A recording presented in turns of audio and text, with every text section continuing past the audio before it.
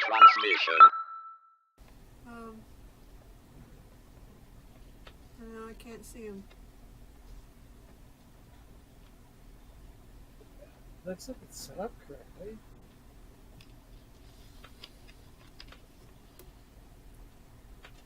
It looks good.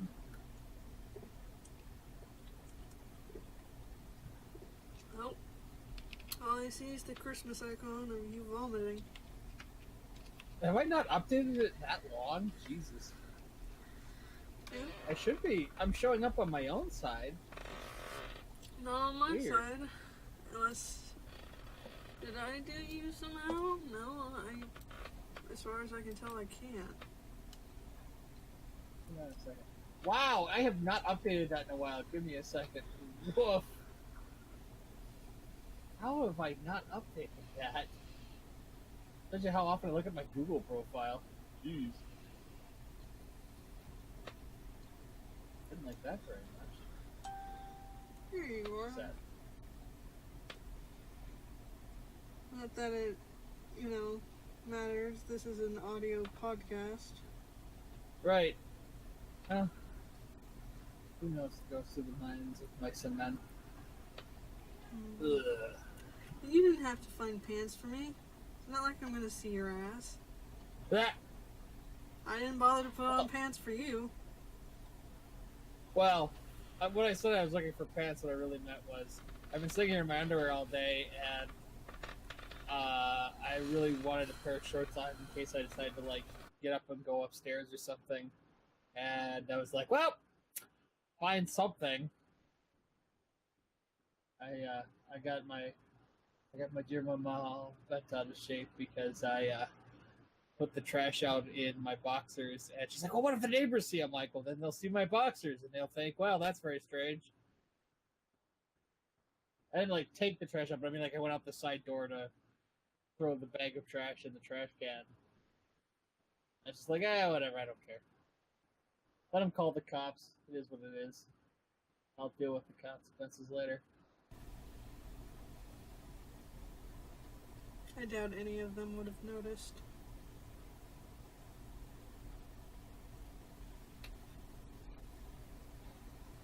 Oh, is that man wearing shorts or boxers? I do believe I don't care. Unless your dick fell out.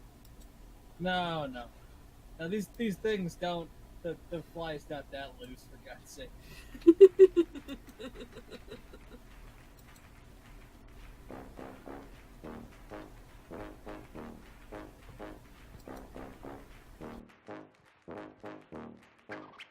Hello and welcome once again to the super happy fun Jabbertron Tea Party podcast with Kiki and Cupcake. Did you know that crocodiles can't stick out their tongue? This has nothing to do with the podcast or anything, but enjoy the show.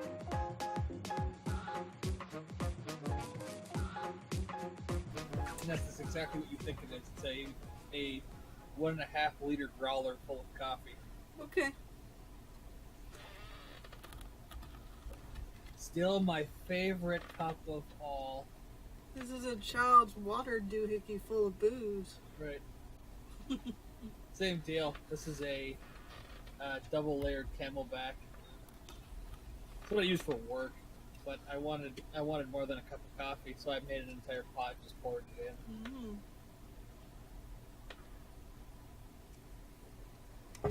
Sleep. I'll do that when I'm dead, please, thank you. This had Batman on it and was cheap, so I had to buy it. Right. Because I am a consumer whore in hell. Wah, wah. You're a frugal one at that. Mm-hmm. Are you cheap and have something I usually attribute myself to on it? Why, Right. yes, I'm gonna buy it.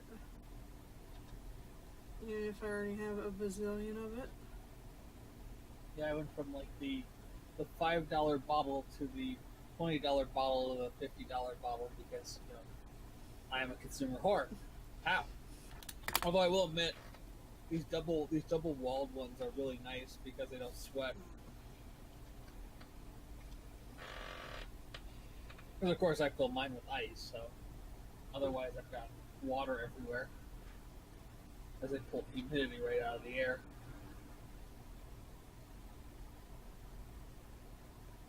Ugh. That is the most amazing use of. What? So, you know when you were a kid and you'd put your finger over the flashlight, you could see the light coming through your finger because, you know, skin and fat muscle are fairly translucent. Yeah. Somebody took a high-powered lantern or, you know, flashlight and put it under their tits and got the same effect. Well, yeah. Because obviously tits are just mostly fat and skin. Yeah.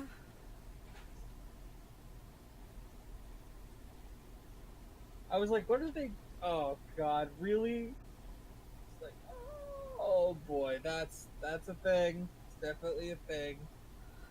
I don't have an answer, but that's definitely a thing. So, yeah, anyway. What were we going to talk about tonight? You were going to talk about, what was it called? Summer Wars? Oh, Sakura Wars? Sakura Wars, yes. Summer Wars is another thing. Summer Wars is, good. yeah, that's an excellent film. That's I can't think of the dude's name, but he's very likely going to become the next Miyazaki with his track record. Movies print money. Yeah, Sakura Wars, some mediocre anime from the early 2000s. It was an obvious tie-in to a game, and it was trying too hard to make a story where there was more player interaction in the games.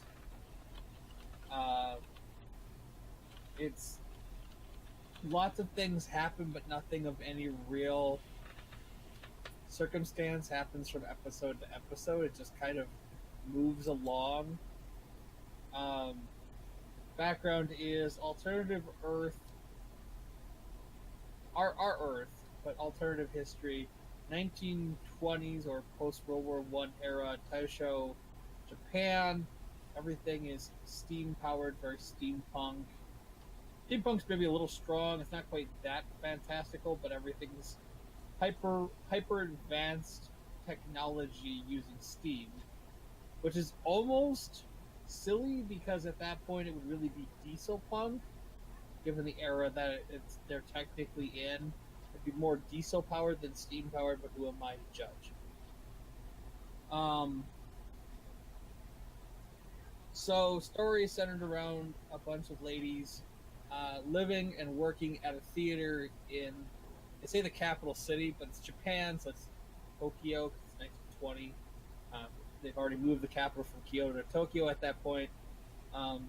It's a song and dance theater. I think kind of musical theater, but also kind of like, maybe more like Broadway. Like, it's not really Broadway musical theater, but it's not really like traditional like play theater. It's kind of half and half.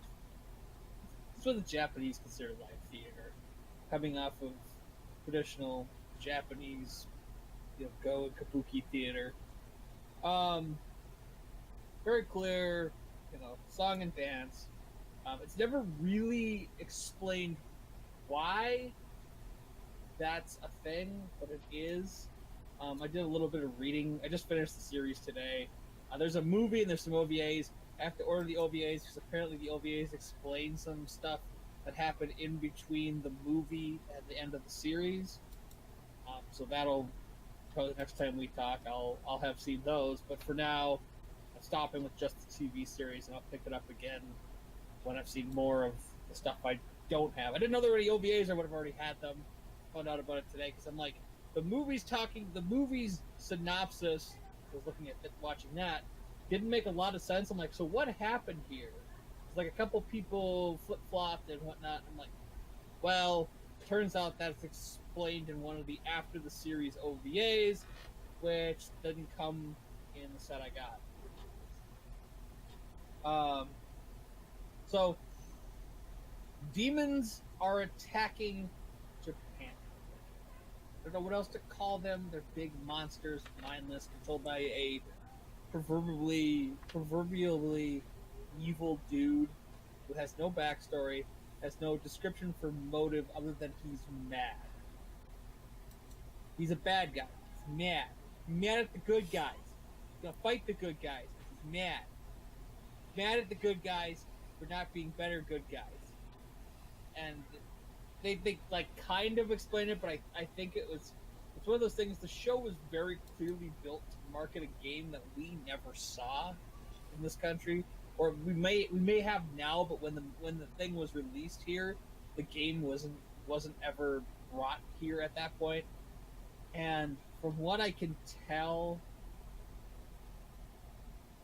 like, the reason why there wasn't a lot of explanation is they assumed you played the game.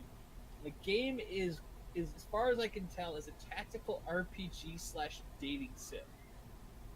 And the reason why there's not a lot of characterization is because normally you are in the shoes of the commander character that shows up like 4 or 5 episodes in, like the one guy in a group of like 6 women, who also happens to be piloting the, I don't know what they call it. There's a, it's based around, so because I'm all over the place, obviously, they use the musical theater turns out they use the musical theater for a front because they are the Flower Brigade.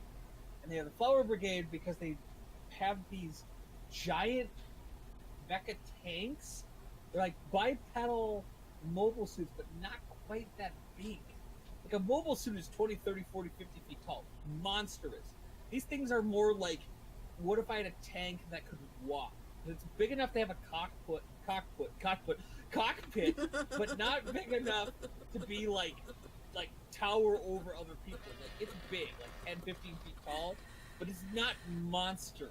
It's still only about as big as a single-story building. They're obviously like probably 30, 40, 50, 60 tons. Like, they're big machines, but like not bigger than like a tank. And what the show really ends up being is these girls, like, A, trying to understand each other's motivations for why they're doing what they're doing. B, learning how to pilot the tanks effectively.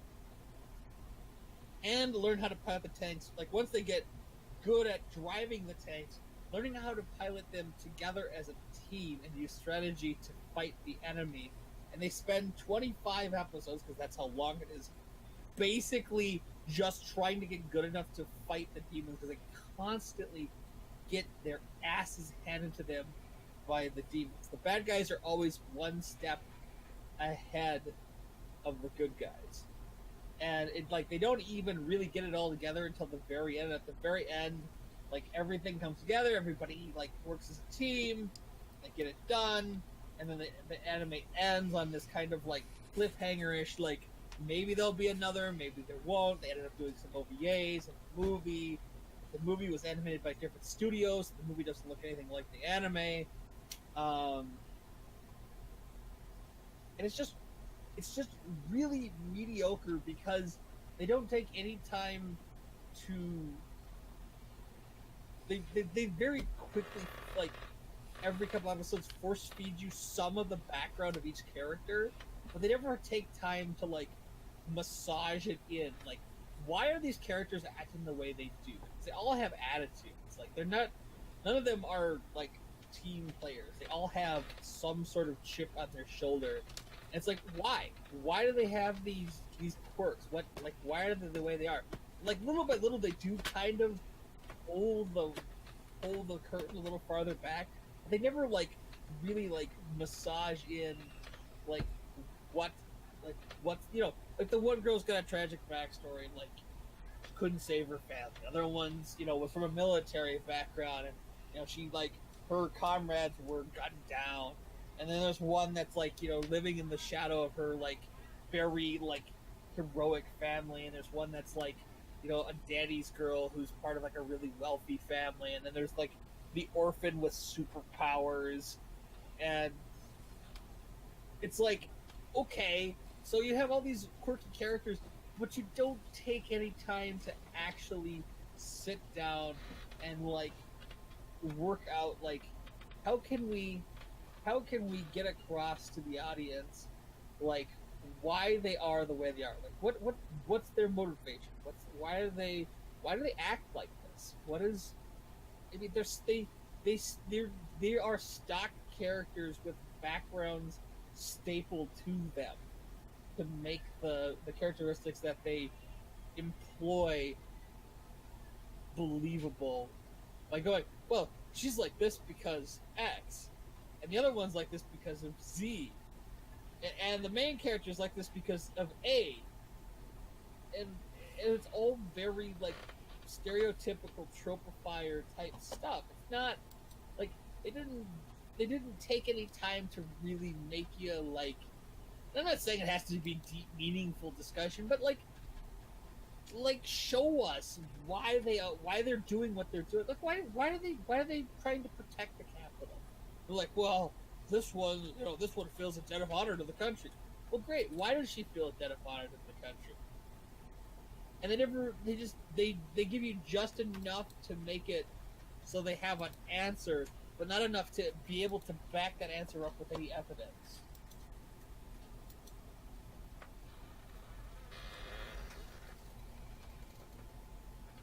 It's just like, well, that was nice. That sounds really boring. It is really bad. I mean, really bad. Like the only thing that had me hooked, and God forgive me, I don't remember the guy's name, or it might have been a lady. I don't actually know.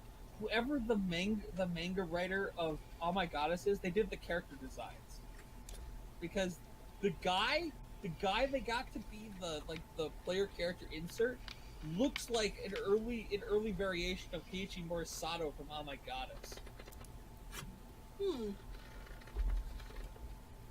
I mean, that's literally all I've gotten to watch this week.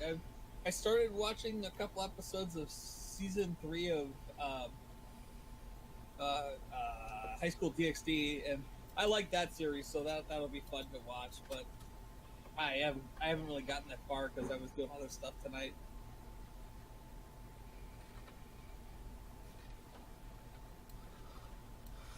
Let's see. I watched some Encouragement of Climb, which is just as adorable as other seasons of Encouragement of Climb. So if you were worried about it changing or something, don't. It's. I don't think I've ever heard of that one. When it first came out, I gushed over it. What you call it? Encouragement of Climb? Yeah. It's about girls climbing mountains. That's hilarious. But it's not that other show about girls climbing mountains. But it's not the other show about girls climbing mountains? No. There's another one? Yeah. That one's called... Hang on, let me look at my queue. That's not that one about camping, is it? Yeah. Like Yuri Camp or something like that? Laid Back Camp. Right. Which is also good. Yeah, that one I think is probably going to get a dub. Yeah. Because there's been a lot of hype about it. It's also very adorable, has good characters. What was I going to say? I don't know, Captain. Don't know. I took my pills at weird times, so my brain's a little... Fuzzy? I hear ya. Like... Not that the characters are tropes, but they are a little tropey in like a good way, if that makes sense. Right. For that. Yeah, I mean you have to have some tropifying just to make the characters, I mean, not believable, but relatable. Identifiable. There you go. I'm still catching up on the new card captor. Yeah, I haven't watched any of that yet. Well. I'm only up to episode 18. That's getting really good. I bet it is. Cause there's only like 22 episodes. So they're almost done. Yeah. But I think it's gonna be a Funimation title, so it'll probably get an American release, or they're gonna call it. I don't want to say too much about it because I want you to watch it. I should sit down and watch it. I've been meaning to re-watch the original series. I just haven't done it yet. So it's a lot to re-watch. 70 episodes plus 2 movies. So. Did I not shave my left knee? What? Why do you feel so fuzzy? That's just weird.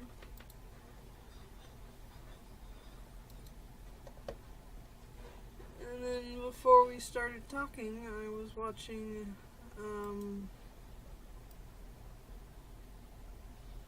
Happy Sugar Life. Which is the one that looks super cutesy, but it's actually one of those crazy anime that looks of it. It is my new happy. Right. Because she's like the good kind of yandere. And not in that she's...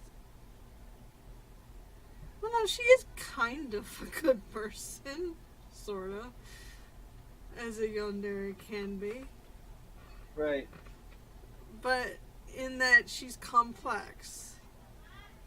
She's got a backstory that we've only sort of been told.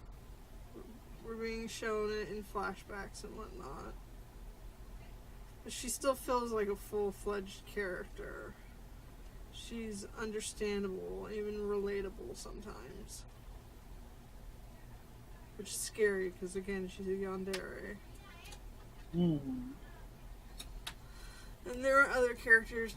No one's perfect in this show. Everybody is flawed, be it something that happened in the past or happened recently or a mixture thereof. And what are you doing, cat? Things, stuff. Take that, cat. Haha. And it makes for some great storytelling.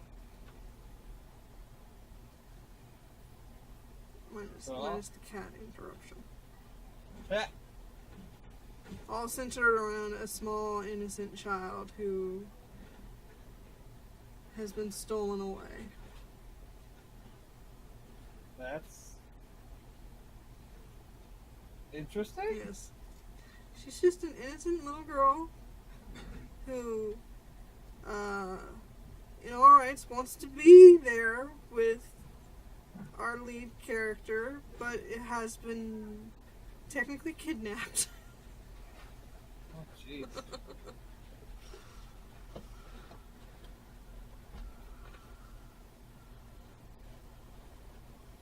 So if you have access to Prime, I recommend watching it. Or wait until the dub comes out, because I bet you there will be. Oh, I'm sure there'll be one. And it's not all that gory either. It's very good about subverting its gore. That's good.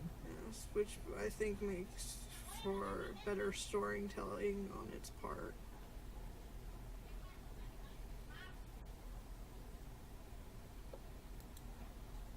Also, you can watch Jeopardy on Hulu now. That's interesting. If you have no life and want to watch. I mean, I'm not judging. I just like that's of the places they would show up. I didn't think Hulu would be that place. Like, how far back can you go on Jeopardy? I didn't check. I just know you can. Let me check.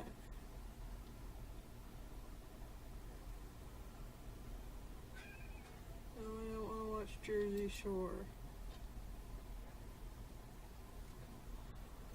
Oh, I can only go back to season 29.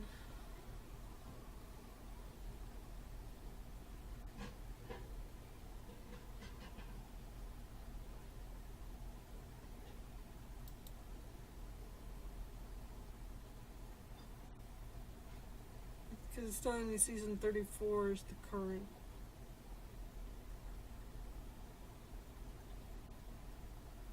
He supposedly might retire in 2020.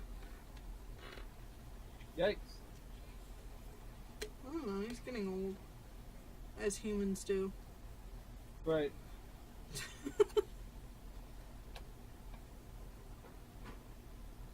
You look so happy. No, I always look like I'm ready to kill somebody. That's just part of my life experiences at this point. I wouldn't even call it resting bitch face, because that's not even what it is. I just...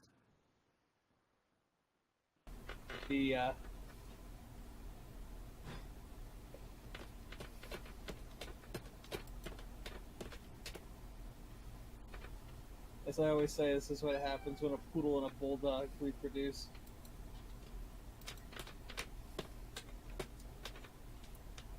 You saying your mom's a poodle? Yep. Okay. If I had to bet on a breed of dog, standard poodle.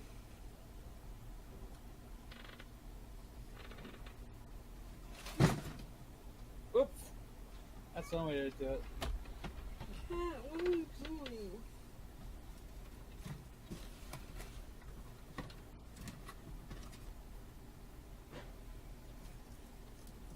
Your cats just love getting into trouble. Yes, they do.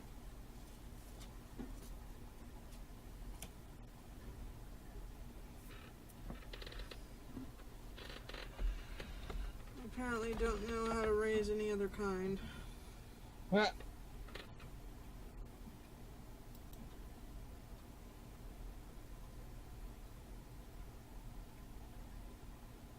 It is Otakon weekend, so there's a ton of announcements coming out for anime. Sensei Filmworks has confirmed they are dubbing Land of the Lustrous, Just Because, Girls Last Tour, which is the only one I've heard about this list, and one called Mitsubishi Colors. Right Stuff announced a Gundam Seed Ultra Edition box set and set a date for the G Gundam Ultra Edition, which I have already pre-ordered. They announced it today at 5 o'clock. At 5:10, I had my pre-order in. Mostly because I like G Gundam.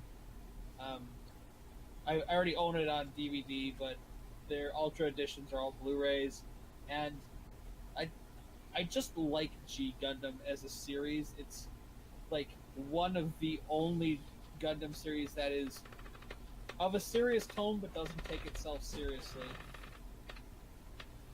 Like the concept of nations don't go to war, they fight in a tournament style Gundam on Gundam battle royale to decide who will be the ruling nation for the next, I think it's 4 years.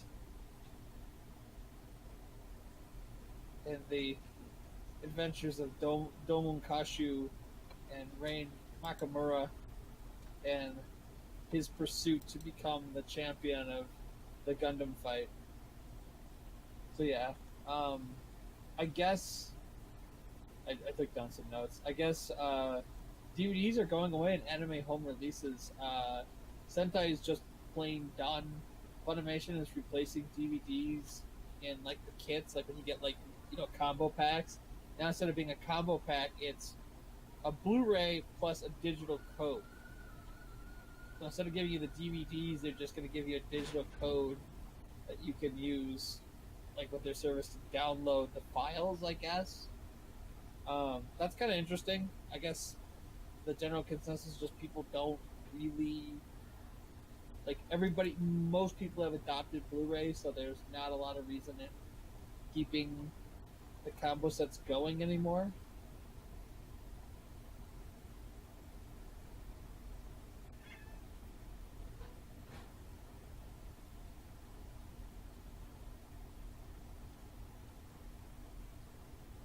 And I haven't heard. I think Discotech's staying at Discotech Media is going in a really interesting direction. Instead of they're getting rid of Blu-rays, but what they're doing is standard definition Blu-rays.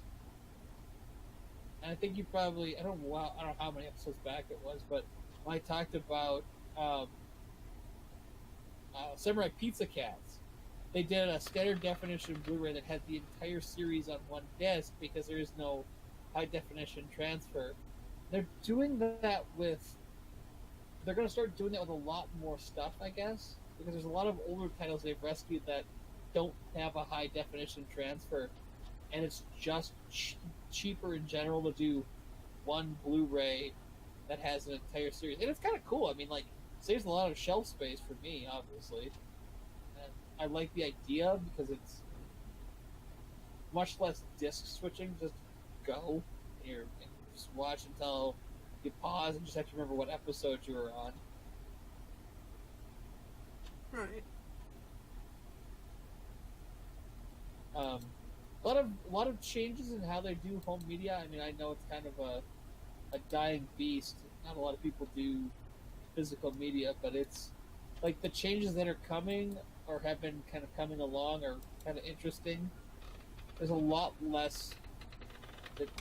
There's a lot more focus on streaming digital copies and how they can more effectively use the Blu-ray format in different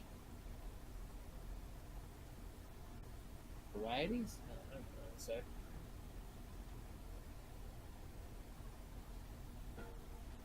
Also, I guess I finished Lupin the Third Part 4, and I didn't even realize it because I was watching it dubbed, but the first release has got only the dub, and they're doing a sub-only release later.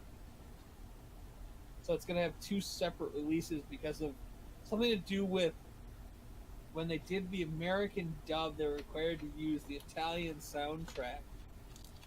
And the Japanese version has a Japanese soundtrack attached, and they don't match each other. So there'll be two separate releases for that series, which I thought was kind of interesting. I'll probably wait for it to go on sale, but I'll probably get both just for the sake of having both. Kind of sucks. Right, and it has something to do with licensing. I like the soundtrack. The soundtrack to this newer Lupin series was really cool, really kick ass. I like the music a lot, and I didn't even know it. One of the guys in my collector's group was like, "Yeah, they didn't do the Japanese dub." I'm like, "What?" I turned the disc on while I was watching. I'm like, "Right, there's only English." He's like, "Yeah, the licensing issue. There's two different soundtracks, and Japanese has got its own soundtrack, and blah blah blah. And they couldn't match it up, and they didn't want to drive the price up by having, two separate versions of the same release. So they just did two separate releases." I'm like, well, all I really wanted was English because I'm lazy, so English it was, and I'll buy the Japanese at some point in the future.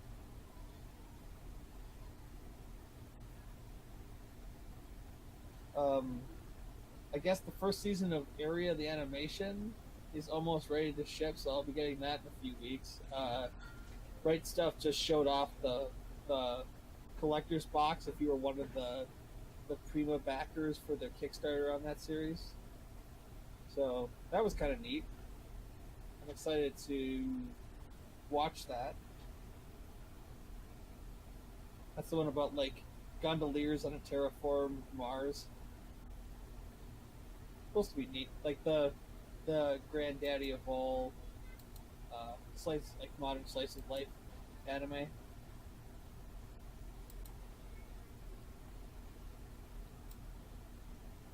They also, I don't know, it's not this weekend, but a couple weekends ago at Anime Expo, they announced the release date and price for the, I think I talked about the K-On!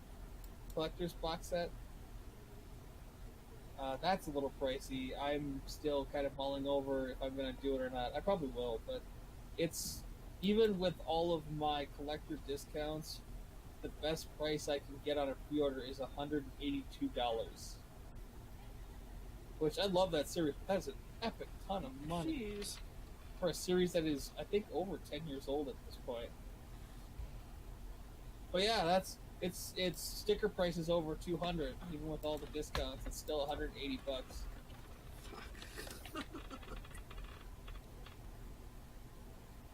Oh, Kaon is that old. Now I feel old. What? Just checking how old Kaon is. How far off was I? Well, his original Japanese airing was originally in 2009. Okay, so I was close, but not quite. It's like 9 years old. Yeah.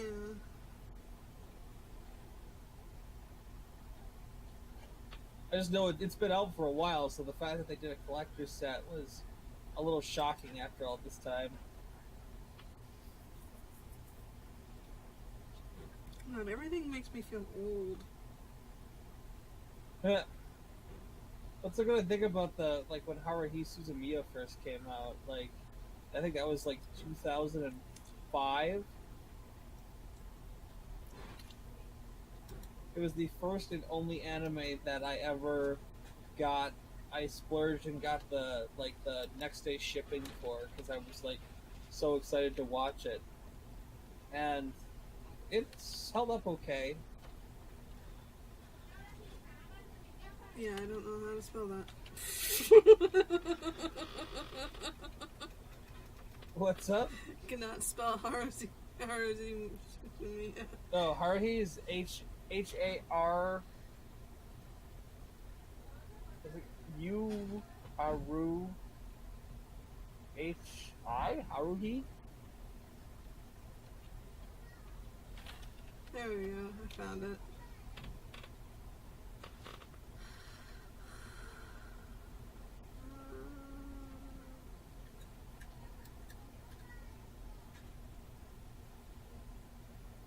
Oh shit, 2003. Oh, that's a novel. 2006. It's like, oh wow. 2006. Okay.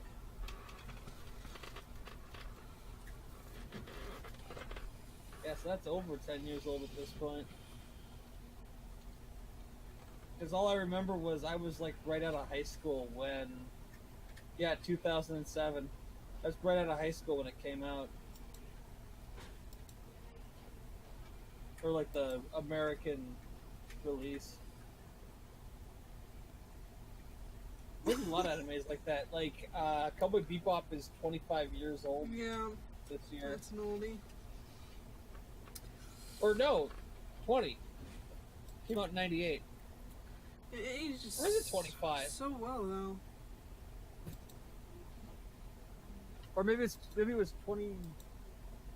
Oh, shit. No, I don't remember.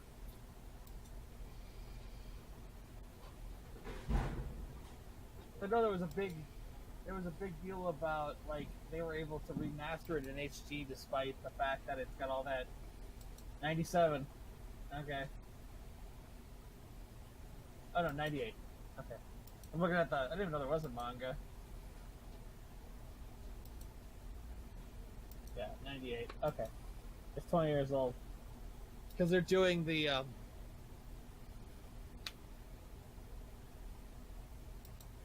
Bounty Hunters Knocking on Heaven's Door Ultimate Collector's Edition in November. God, that means Trigun's over 20 years old. Mm-hmm. HE's over 20. Did not age well. Trigun? Yeah. Yeah, it's not quite as good as it used to be. Mm. I don't know if we just got older and our tastes became more refined, or if it just didn't. It just legitimately didn't age well. A little bit of both. Right. I noticed like a lot of stuff that I loved when I was like in high school. I look at it now and it's like it just doesn't. I mean that's kind of how I feel about NGE. Like Neon Genesis Evangelion is just ridiculously pretentious. Oh, To me. I love its pretentiousness, though. You do? Yeah. I haven't watched the new movies though. They might be. I still gotta watch the new stuff. I mean, I like the way it ends, but I just like the whole scenario at the beginning just blows my mind. I gotta rewatch the old stuff to watch the new stuff. I know. I really wonder what the fourth movie's gonna do to, take us full circle. We'll have to wait and see. Right. I guess they're finally working on it, so it shouldn't be too much longer. Get out of the trash. I've kind of been in the mood to rewatch. Oh my god, it's just like I haven't watched that in forever. I have so much new stuff to watch that it's kind of like hard to bring myself to rewatch things I've already seen.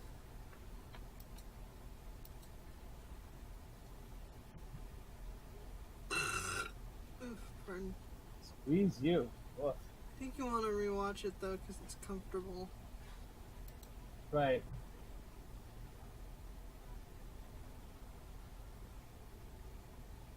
HGTV bought the Brady Bunch house? Well, that's fun. I guess. What the fuck are they gonna do with it? It's not even the... It's the house they use for the outside shots. Right. Wait, what? The house they use for the inside? Outside. Okay. Wasn't it just like for the intro and stuff? Like they Yeah.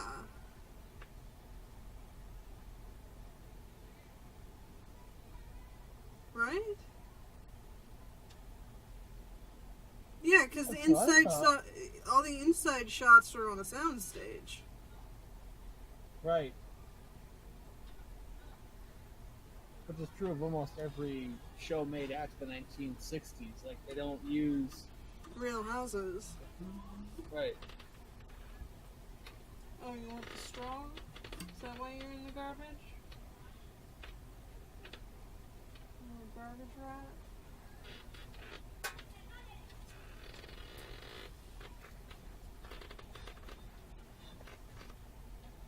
They paid $3.5 million for it, Wow. which is apparently $1.6 million over the asking price.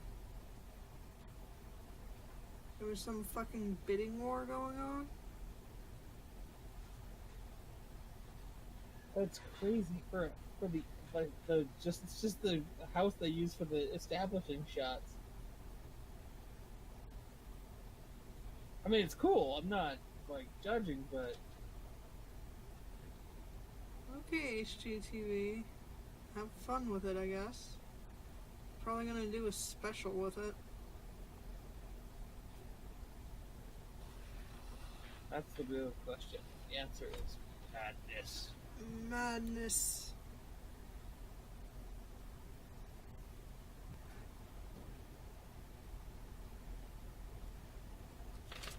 Ow! Cat. Why?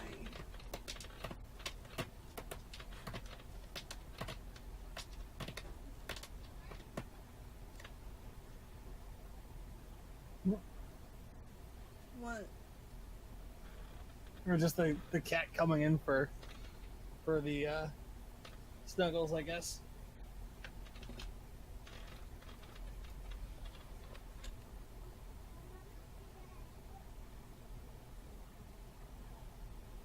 There's a stage play from Madoka Magica? Wait, what? There's a stage play from Madoka Magica? Yes, there was. I think you're right. Well, there's one right now based on one of the smartphone games.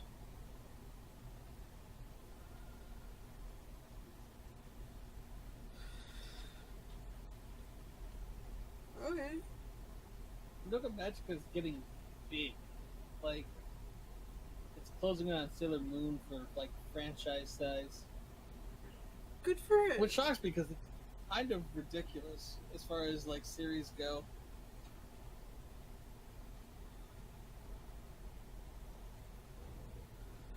Well, I had the article for Sonic the Hedgehog film cast Ben Schwartz as Sonic, and I scrolled down and saw Madoka Magica stage play.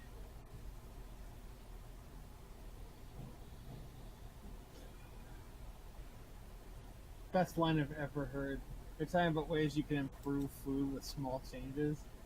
And this one guy goes, before we're talking cooked food, hot sauce. You get thousands of different types of hot sauces, ranging from super low heat to a colon smasher. I love the top end being called a colon smasher. I just like imagine some guy running to the bathroom because he thinks his insides are gonna come out and his ass just implodes. Ah!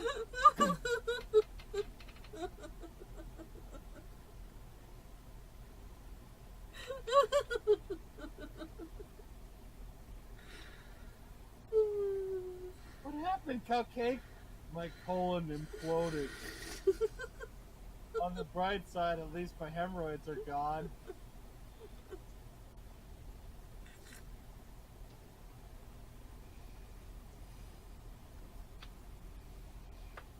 They're showing Perfect Blue in theaters.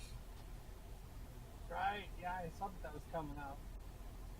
That'd be fun to see. Oh yeah, I wanted to check on something. I'm glad you said that. You're welcome. Somebody was telling me there was never a Blu-ray release, but I swear to God I have a Blu-ray of it.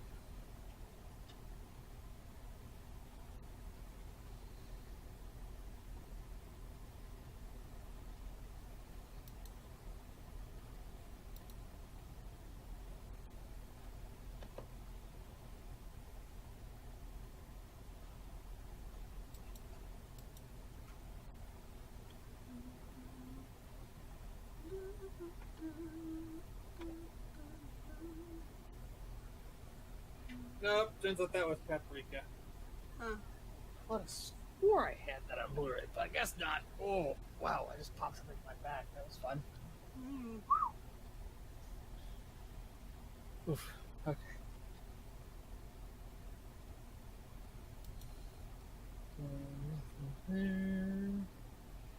Let's see what Anime News Network's got going on.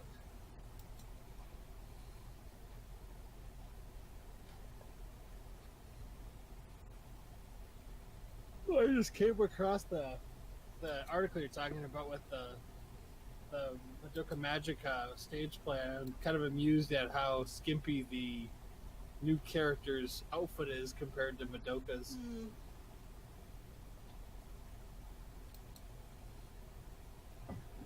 That's some fetishy stuff right there with the body stocking. Good God.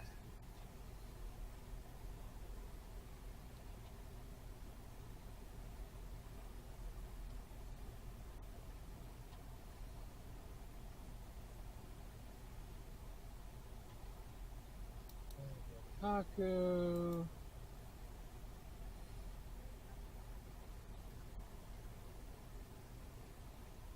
Group on the third part 5. Right Stuff got rights to Hikara-san laughing out of the clouds. Okay. The creator of Battle Angel Alita likes what they're doing with the movie. Team Rocket's in the new Pokemon game. I should say Jesse and James are in the new Pokemon game.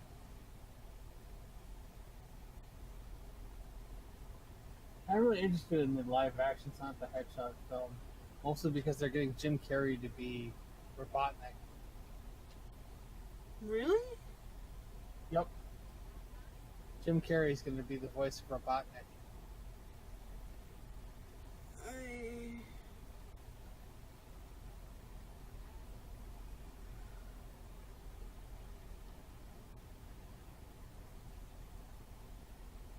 Kiki's mind is just blown. She's like, wow. It's not blown. It's more shut down. What is Jim Carrey's Robotnik like your kill switch or something? No, my brain just went. I don't see it. Right. I was thinking like when he does like the voice of like Count Olaf from Lemony Snicket. Kind of like the crazy old guy. I guess. I don't know. I mean, they had to get some star power, I guess.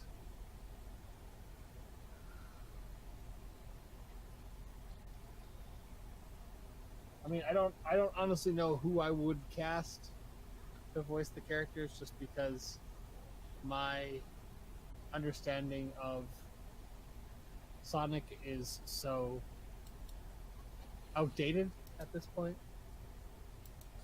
I haven't played a Sonic game since Adventure. The voice actors from the Sonic Boom show. Well, they can't do that. That'd be too easy.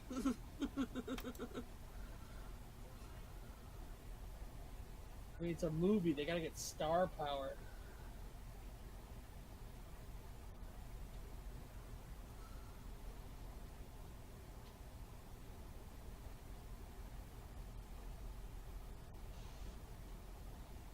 I'd pay good money here.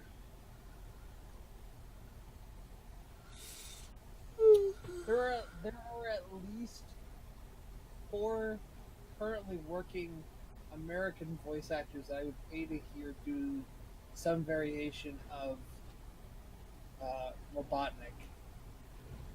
Billy West, Maurice LaMarche, John DiMaggio,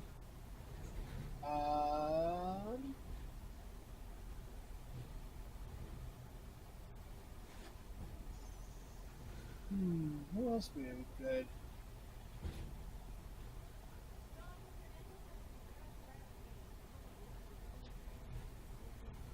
Maybe Tom Kenny? I know that name, but I don't. Like, SpongeBob. Okay. And I don't know his name, but the guy who voices Plankton on SpongeBob would be interesting.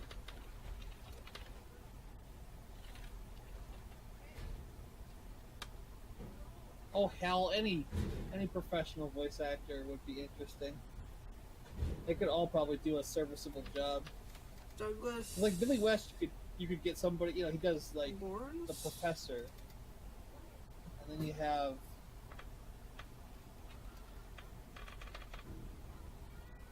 Because his actual Robotic's actual voice actor is.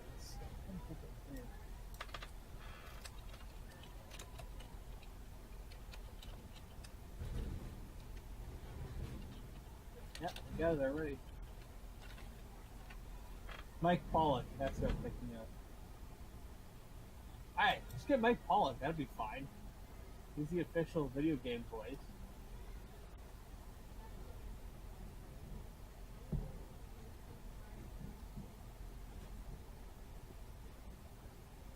Or Jim Cummings, I'd pay to hear Jim Cummings do his voice, that'd be fun.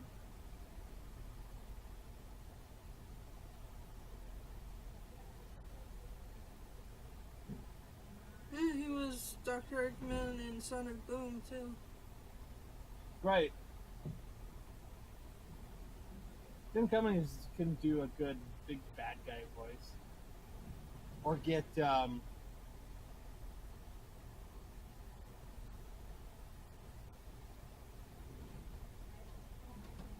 there's plenty of great male voice actors that could do him without any issue.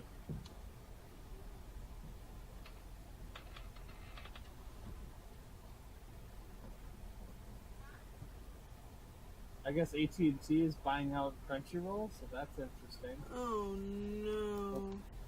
So we'll probably see a split from Funimation. But that just happened. Right, well, they'll work hard to undo those contracts. Because Funimation is a Sony-owned property, so they definitely probably don't want to be sharing profits with a competitor.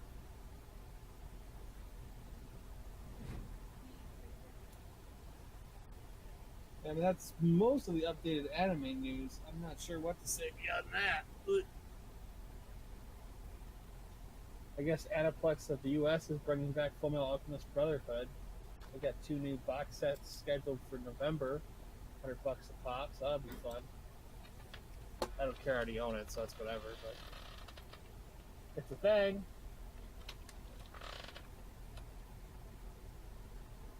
Well, that's an interesting conversation.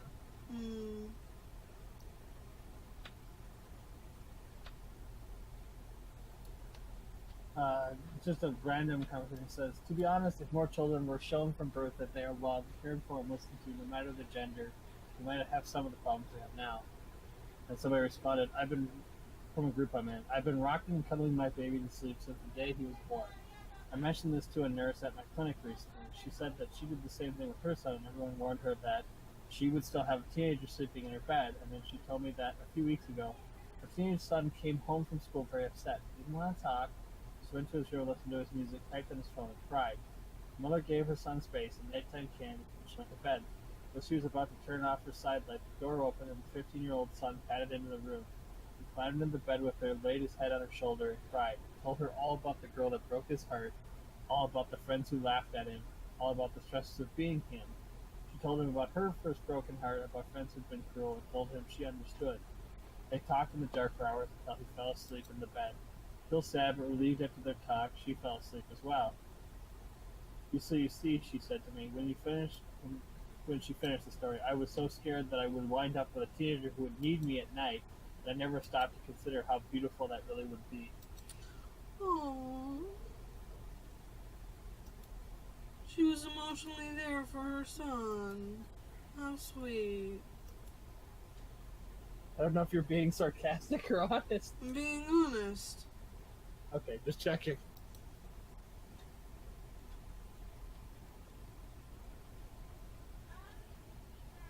Whiskey has killed more men than bullets, but most men would rather be full of whiskey than bullets. Winston Churchill. Not even a question. You can eat anything you desire and will always be in great health, but Nicolas Cage will sit down with you at every meal. He won't say anything, just make a variety of facial expressions while you eat. Sounds great.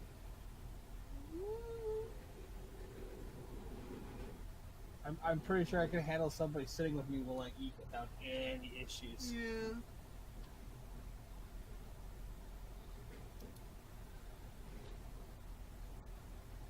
I fucking swear something in the background is adding follows to my Instagram. Because I do not fucking remember following all these dumb non-t-shirt wearing douchebags. Yeah, I don't know.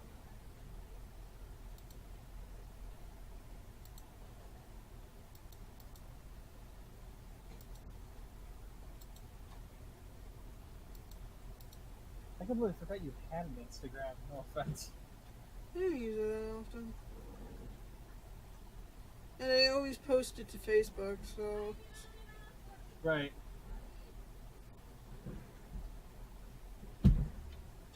Well, almost always, but whatever. Like, who the fuck are you?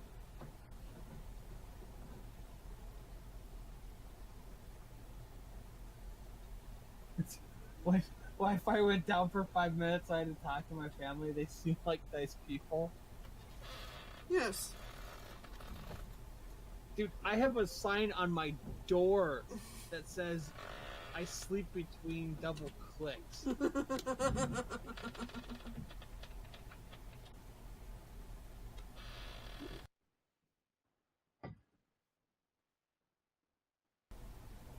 Like, my dad bought it for me because literally I'm on the internet non-stop when I'm not at work.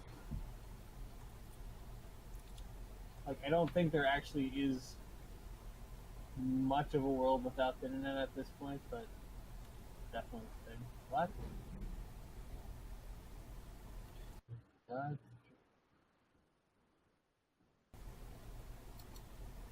Oh, yeah, I meant to tell you. So remember when I messaged you last night about that conversation I was having about people basically not take rejection well? Yes. So I actually had a Facebook Messenger conversation with people because I sent them a message like, I'm sorry if I struck a nerve, like it was not my intent. They're like, no, I did you think I was mad at you? No, I was mad at the situation. It just you just were the first person to say something, so I followed after you. I'm like, oh, okay.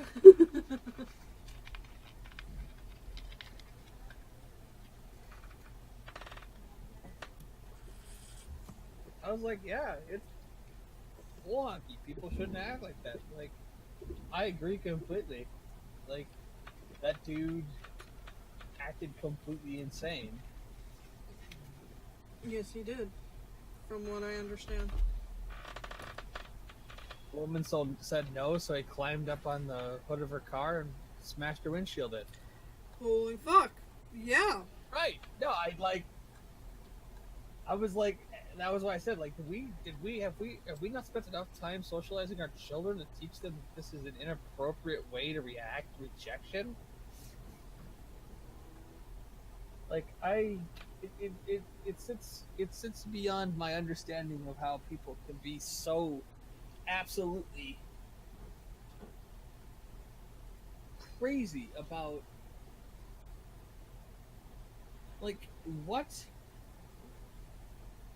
was your life experience like that you respond to being told no with violence? I'm not even gonna argue the point of being angry. Like, that's wrong too, but that's being angry but not belligerent is wrong, but not quite as insane as being angry and belligerent at the same time. Mm-hmm. Like, there's levels of correct and incorrect response, and physical violence and destruction in response to rejection rates in the lunacy circle of you've reacted badly to something.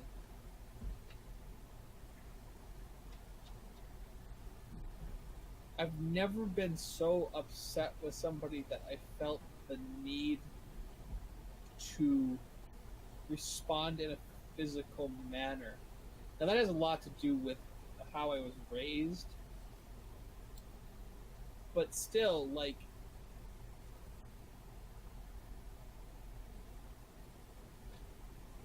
people acting like that completely poisons helpful dialogue between people. And when I use the modifier helpful, what I mean is, like, instead of it being a simple no or I'm not interested and that being good enough, it turns into this quasi cloak and dagger back and forth because people are trying to avoid this reaction.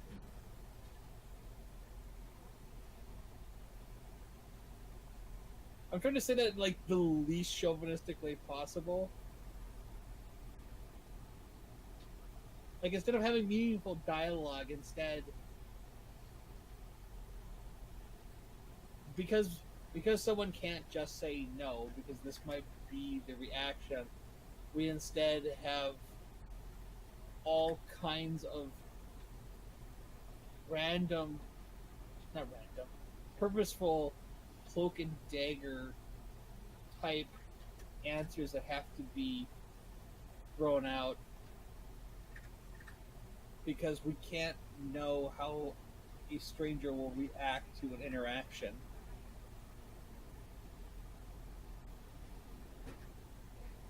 You'll get like, you have like the fake phone numbers, people covering, you'll get the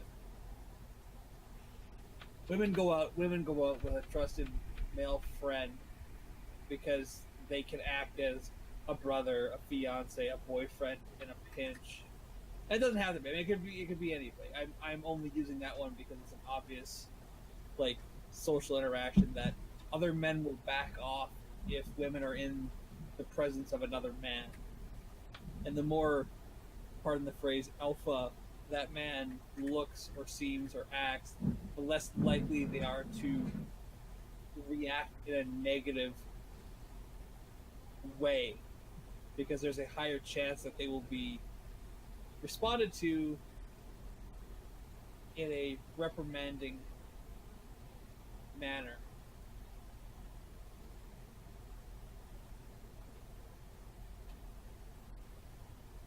I don't know if that made any sense. I'm sorry. You make sense. You're alright. Like, I've been trying to, because this topic came up about this just completely insane reaction, I've been, like, thinking about, like, I spent the last couple of days thinking about, like, what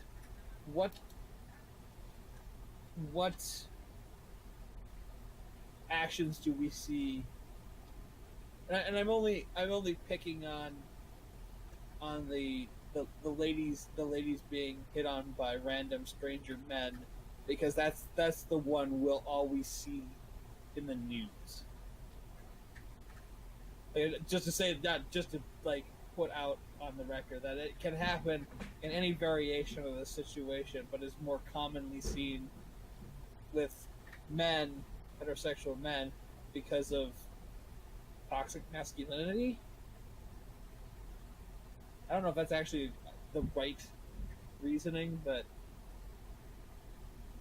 there's a lot of weird garbage social norms that are still working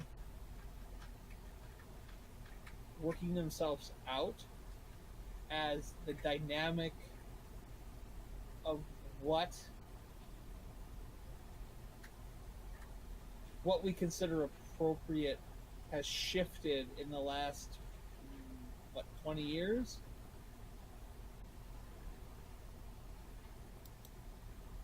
We see a lot more, we see a wider gamut of single people because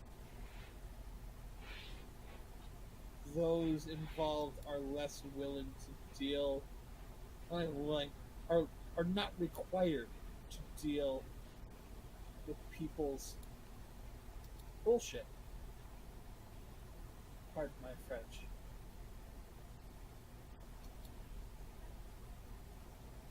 I know from experience anecdotally that I've been, being a big hairy guy, the interference in unwanted attention from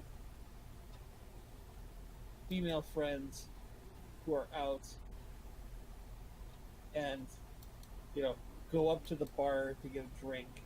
They're just swamped or mobbed, whatever, by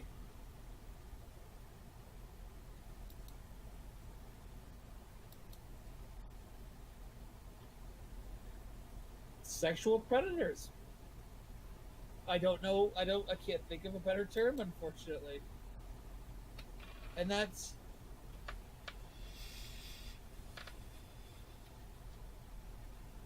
I don't mean to paint other men as, and I'm not trying to use it in the sense of, like, the worst of the worst, but just dudes who are hungry or sexual attention, which is why I use the term sexual predator. So you're using the term right, and you're painting them right, because regrettably they have been taught to be sexual predators, unknowingly. Right. Because society has taught them to kind of be this way. Right. I mean, like, I'm not trying to exclude myself from that group either. Like, I mean, like, part of understanding is learning what actions are societal norms that were impressed on me by, I mean, taught too, but when I say impressed, I mean, like, the term of, like, they were ingrained or imprinted by the example of how other people in my life have, or other men have done things. Like, in my case, the men who were role models to me were not sexual predators, in that they were the kind of men who didn't have a need to act in that way in order to attract or elicit, or I don't know, just to get attention of interested parties.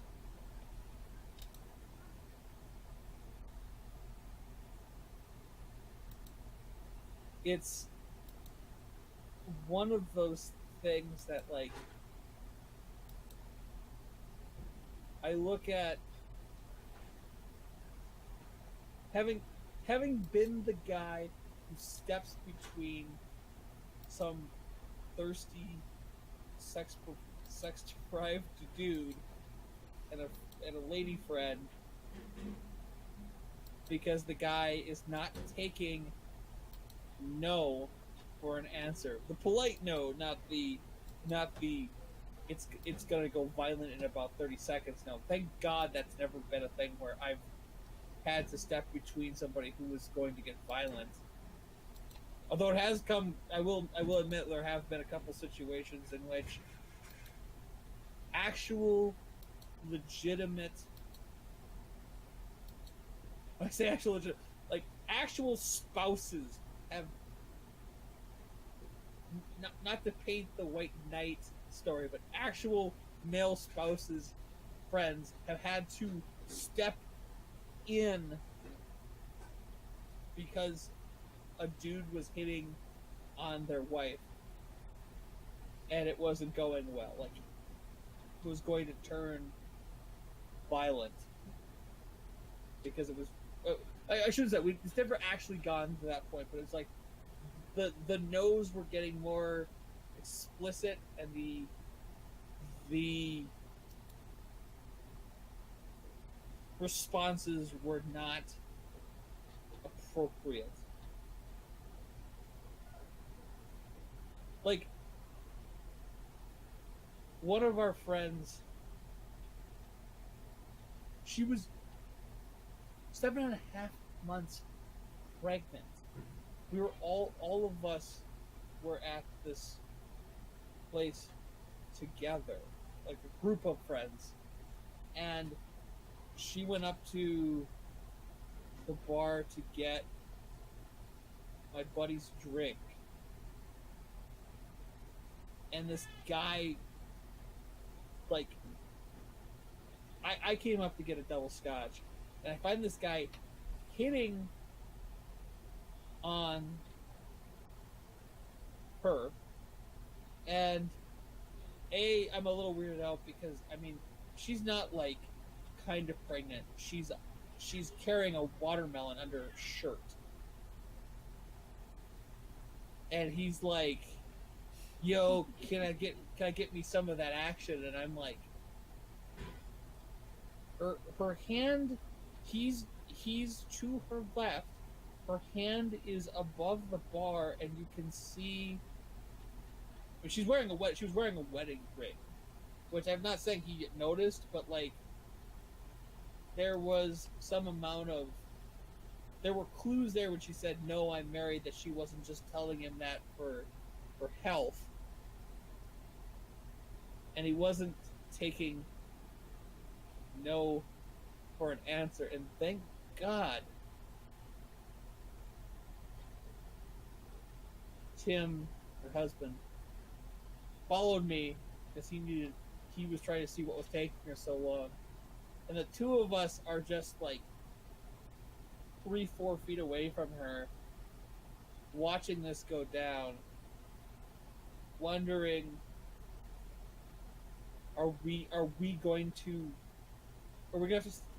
have to go, he gets one arm, I get the other arm, and we're gonna have to drag him away because, like, he's not taking no for an answer.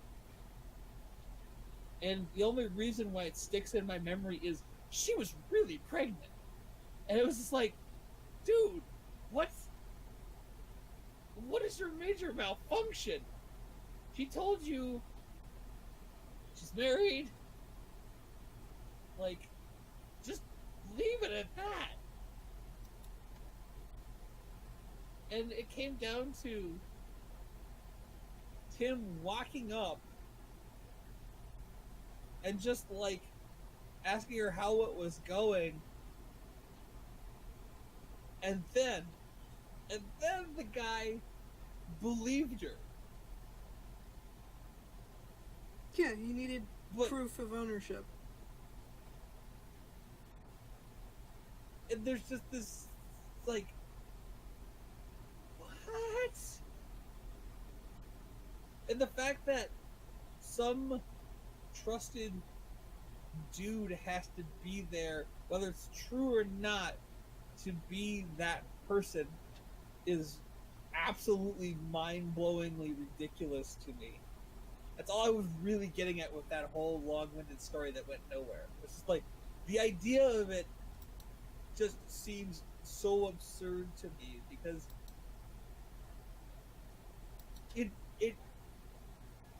I'm willing to give the benefit of the doubt, but the fact that she was like, so many different variables that she had going for her, where it should never have been approached in that manner to begin with for any reason, but in her case more so because of the variables that were going on. Be that this guy wouldn't take no for an answer until her actual physical flesh and blood spouse showed up.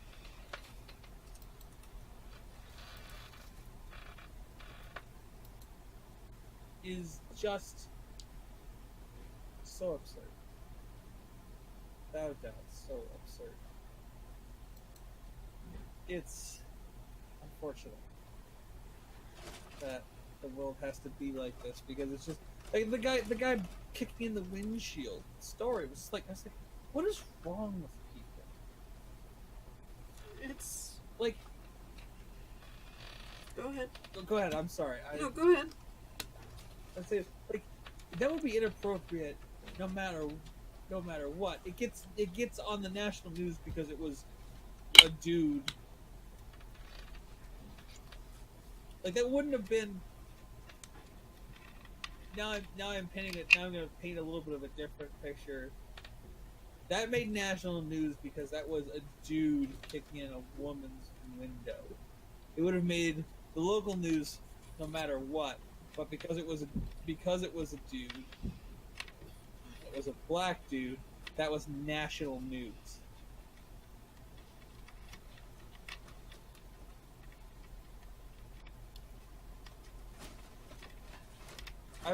I've been making an argument lately that the news media, well, an integral part of our country's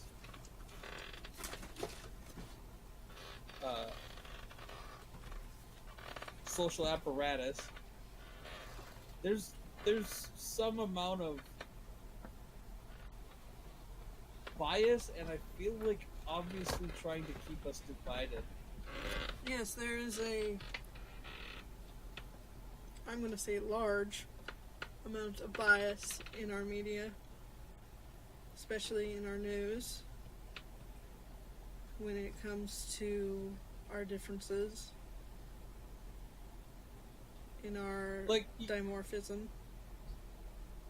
Like, you get what I'm saying with that, right? Like, because... Yeah, that's right. Oh, Cat's like, never mind, I'm out of here. I spent the last couple days thinking about it. It's like, that wouldn't have even been a national news article. Yeah. Well, I mean, like, had it been...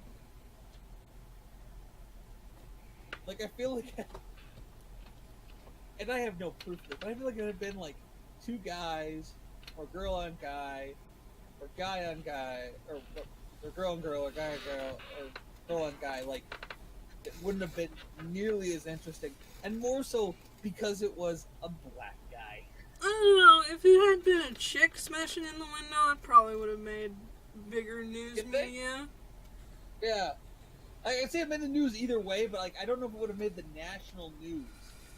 Like, this made it to the national news. Like, the only reason I found out about it was one of my friends brought it up that was on, like, CNN. I'm like, that's what CNN felt like had to be told on the national level? Like, oh.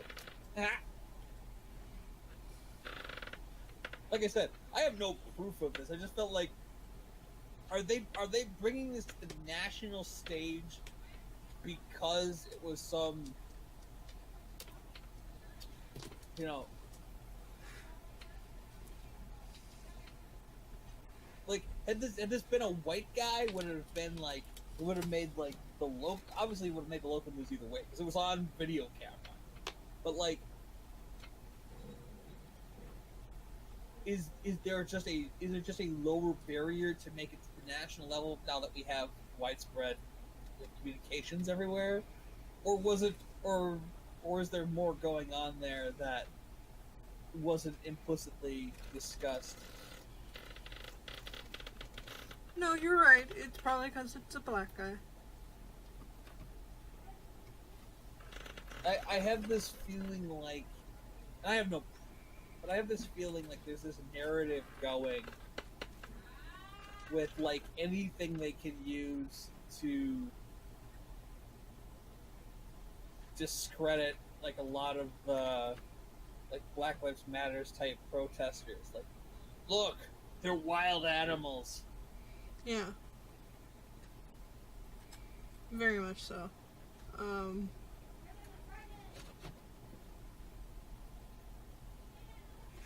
I don't watch a lot of non-local news anymore these days. Right. Get out of the trash. Sorry, I have to take out my trash. No, you're good. But that's also because news makes me angry because Trump's in the White House. Right. And reading about it allows me to control my emotions better than hearing about it because I will just yell at the TV.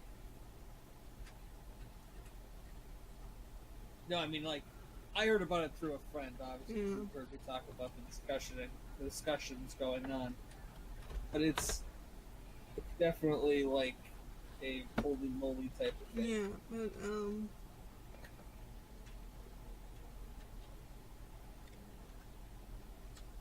but it's also because video is so easy to just take nowadays that almost anything can make the news. The news. Right. Especially if it's a slow news day. Right. Like, the guy today that hijacked the plane to commit suicide, like, that would have been the national news. I don't know if that was his original intention, but that was his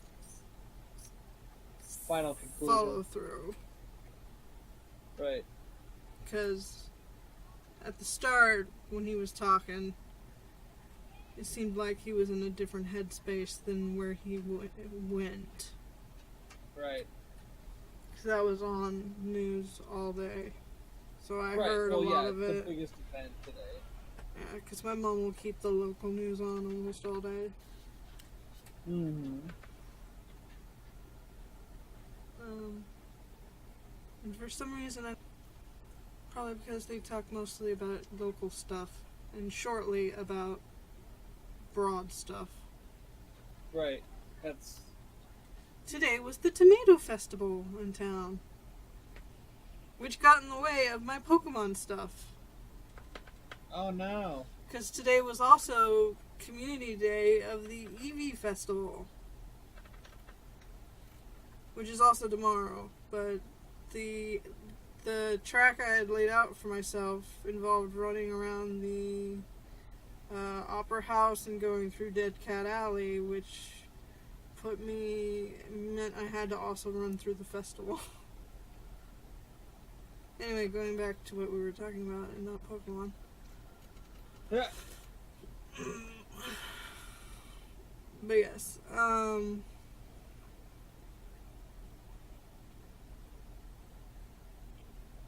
almost anything in videos. And the gentleman did it because he was likely trained to do it by how he was raised or by the males in his life or the males he idolized. Or this is actually quite more common, the women in his life who taught him how to be a man. Mm-hmm. You know, this is how you're supposed to be a man, little boy. Don't do that. That's not what boys do.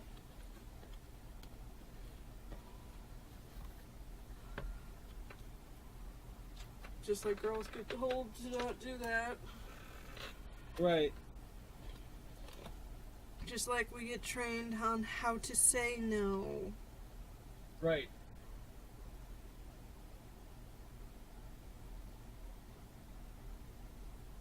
It's how to spot the creeps. How to find, if you don't have a guy with you, how to find a guy in the crowd to be the guy you need. right. Because I have had to do that. I believe it. I have had to ask a stranger to be a fake guy for me. Right.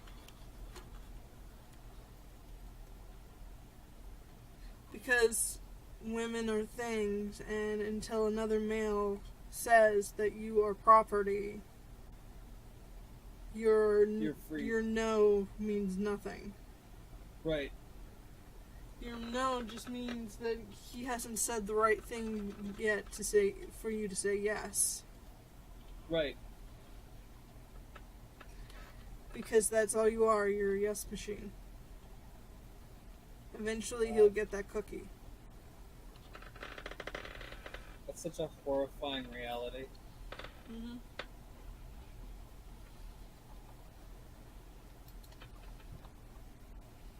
This is also true in reverse sometimes. Yeah, it's...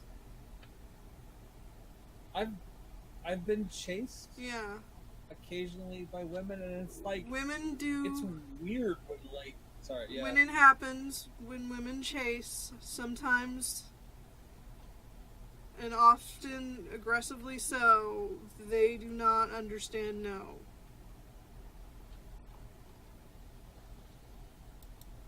Yeah, there was one that was hungry, pardon the phrase. Mm-hmm. It's a little disturbing. Because it was like, you're very nice, and I appreciate it, but no thank you.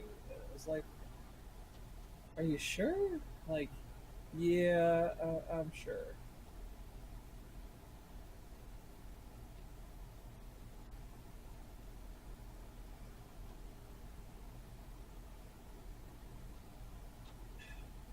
Yeah.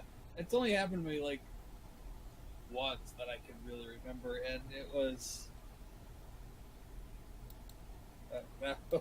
that was awkward.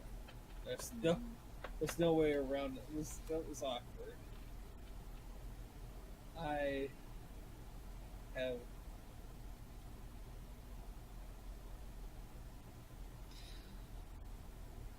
The reason for that is a mixture of things. On the whole, for the most part, we're not taught how to chase, so we don't understand no. Right. On the other part, there are aggressive women and they teach their children how to be aggressive. Right. So they're taught to not accept no. No is a non-option. Don't take no for an answer. Yeah. And that comes through in relationships. I mean, the thing for being a guy is that, to a certain extent, it's an annoyance for a man. It's actual danger for a woman to say no. Like, the violent response, I feel like is. I mean, I've never had to experience it, so I can't say for sure. Like, I've never worried that some woman's going to attack me if I say no at a social gathering or a bar or whatever. Whereas that's definitely a thing that you all have to worry about. Not to try to downplay what you're saying. Like, I totally agree. I'm just saying, like, for us on the male side, it's more of, it's annoying. Not I might get my face kicked in because somebody doesn't take it well. It's still a possibility, but it's. I would personally feel much like I wouldn't. Well, I don't go anywhere. I'm never gonna sit in his basement, so that's not really a problem at this point. I'm past the age of like going out and being social, but still, as I continue to say, it's unfortunate that the world has to be this way.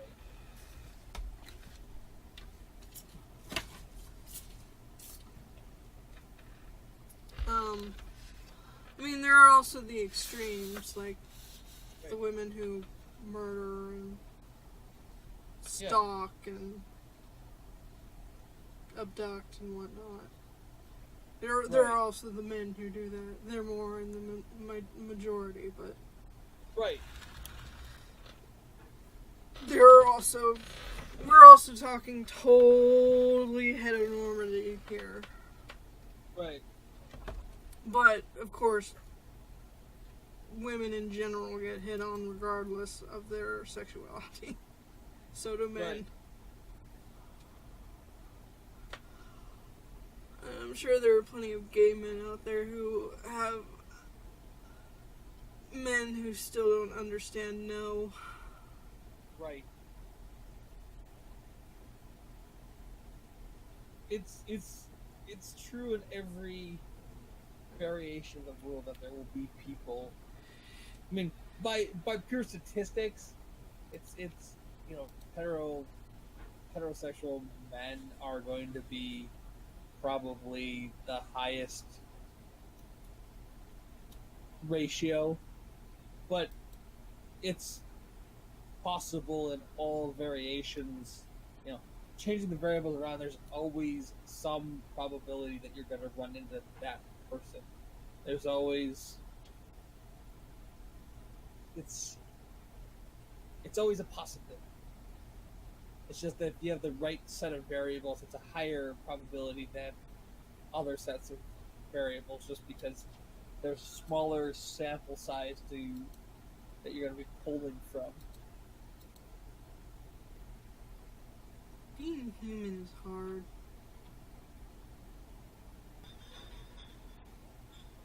All these complex societal issues we put upon ourselves. Right. that are inherently mandatory because we require society inherently to live.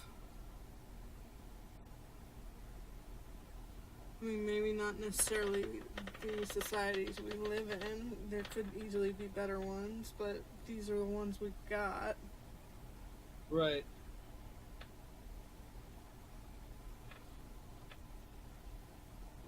Poor baby, it's a crapshoot, whatever you get. Right.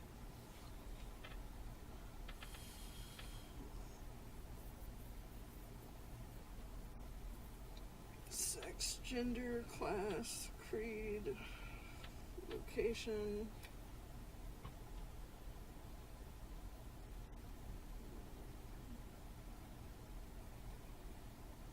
Woohoo. Yeah, it's... Like I said, it's unfortunate the world has to be this way. Mm-hmm.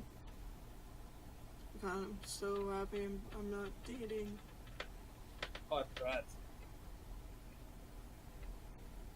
I know I'd probably be a completely different person if I had never met the hubby. Right. But this me could not. I Exist without him. Yes, and I don't think I could bother with dating. Right. Well, it's just... I'm just too up my own ass. Well, it's like... I mean... I'm so incredibly... I guess at this point, antisocial. Like, I don't... You're not antisocial, you're asocial. Right. Wait. Does asocial mean I hate everybody? I just hate you less? Yes. Okay, good. That's pretty much my mindset. I hate everybody. I just hate some people less than I hate everybody else. That's a joke, I'm kidding.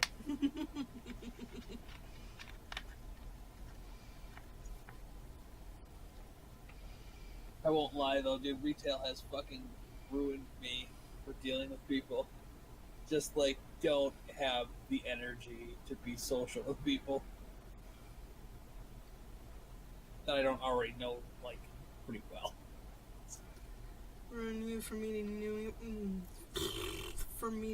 people. You go out and meet people, and they're like, I'm a Pisces, and oh God, I like long walks on the beach. Like, here's my revolver. I'm gonna spin the chamber, and God willing, I'll land on one with a fucking round in it. Goodbye.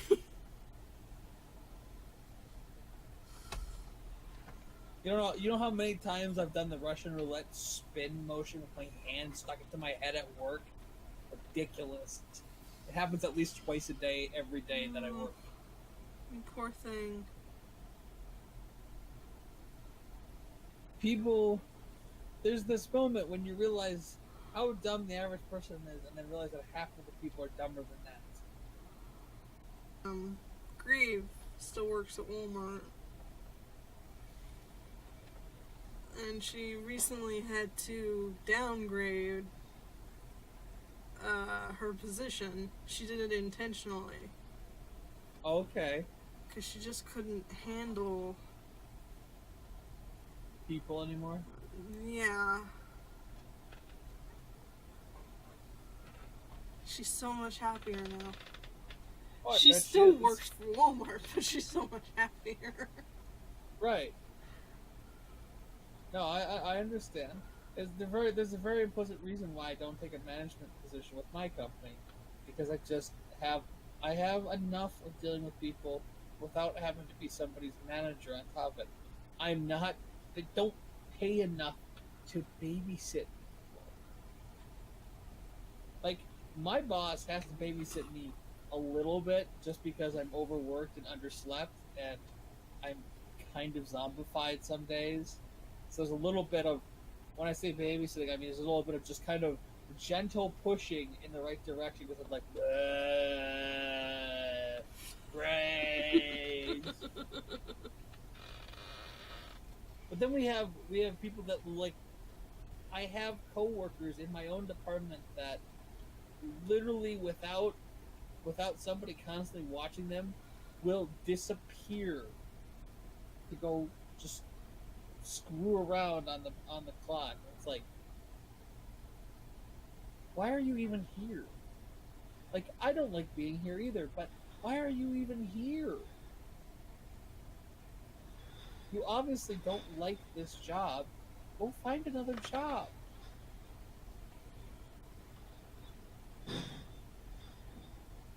Like, at least when I decide that I've had enough of what I'm doing, and I go for a walk around the store, like, I'm still helping people. Like, I'll still stop and answer questions or direct people to where they need to go. Like, I am a professional salesperson. That's a nice way of saying I've gone as far as I can go without becoming a manager somewhere. And I like my job. I like it. I wish I made more money. We all do. But I make enough money that I'm not, like, crying about it. And yet, somehow, I look at my coworkers and think, good God, what is wrong with you people? Like, when I go walkabout, like, I'll still stop and answer questions. These people will, like, literally just disappear to, like, another part of the place, and just gone, and eventually they'll reappear. It's like, what are you people doing? Where are you going? I've watched the security cameras. They disappear off the security. And that's some mystical thing. Like yesterday, basically, I asked one of the guys, like, where do you go? Like, will you disappear for half an hour and I have to go look for you and finally page you back? Like, where are you? Well, I just go walk around the warehouse.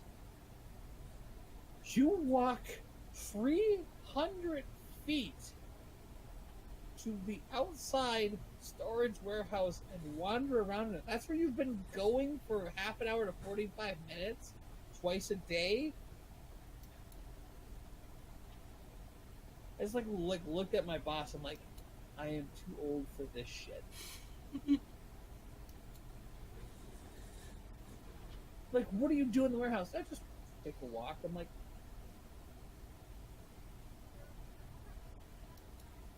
we're paying you $13.50 an hour for this. Ooh, and a half. Oh yeah, no, the pay is actually pretty good where I work. Like, even though it's technically retail, like, we make okay money. Like, it's not great money, but it's actually kind of okay money. Like, my part timers make bare minimum $13 an hour.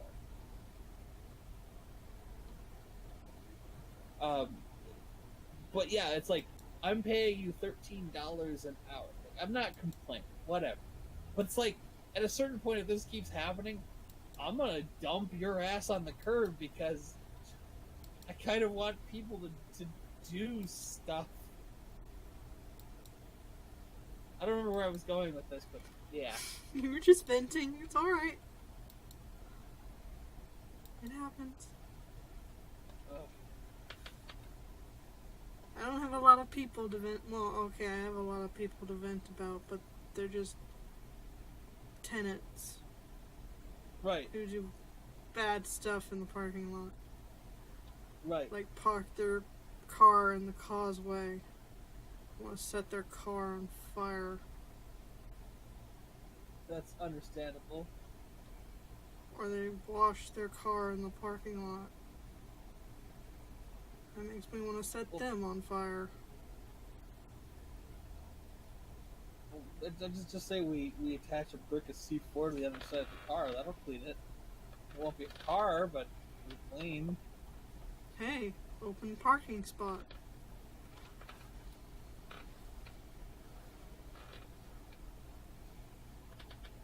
Right.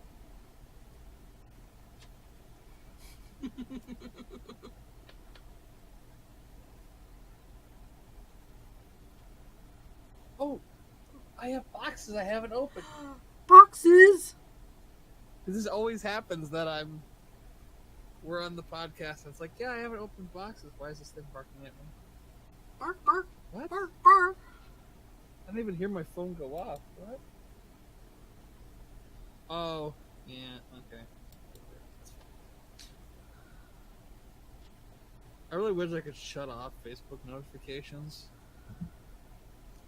I can't. It's hard. Facebook is hard coded into my operating system on my phone. I can't actually get rid of it. What I get for having a brand name phone. Actually, I'll be right back.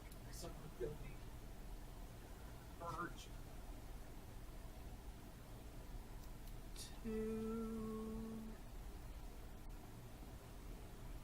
Urinate?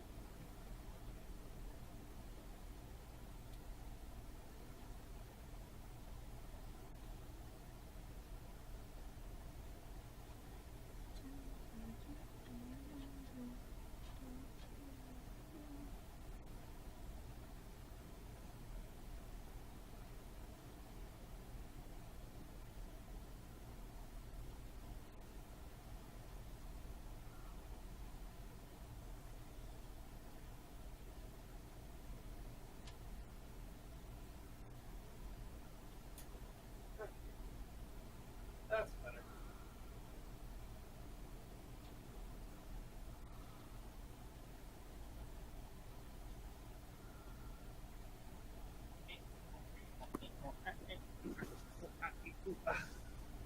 What am I sitting on? Okay. Let's see. Oh, right.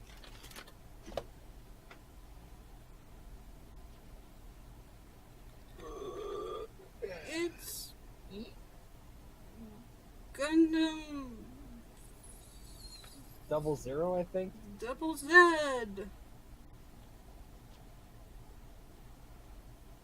That's cool. Alright. The other one is what I'm really curious about. That one I kind of knew was coming.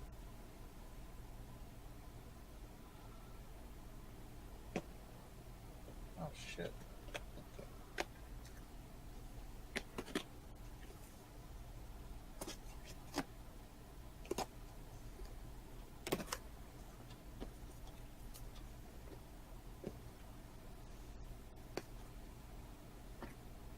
Jeez Louise.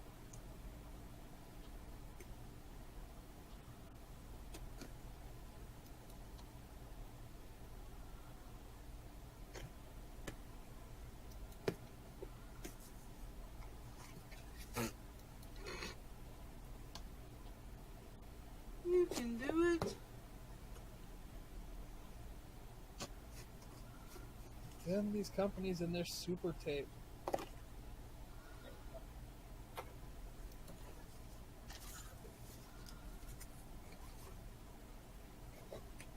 Yeah, there we go. Oh! These are wrapped. How fancy. That's it.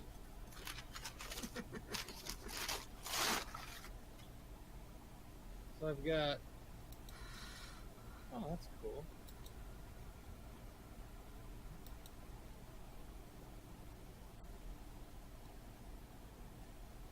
Really? Okay. So we've got Lupin the Third, Part 1? Or no, Part 2, Part 1. Yeah, or I'm sorry, Part 2, Collection 1. And apparently, Cardcaptor Sakura the Movie 2. The sealed card. Ooh. And this one's got the first one I got doesn't have this, but this one's got the dust cover. Is it? I think it has the dust cover.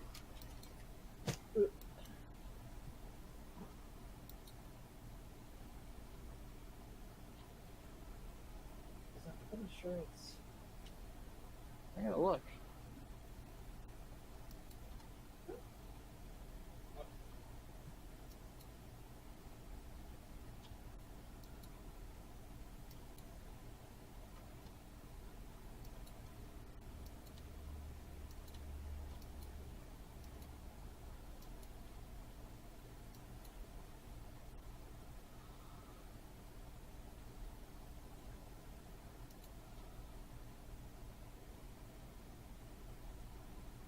That annoys me when they do that irregularly. Like, some of them have a dust cover and some of them don't. It's like, you jerks.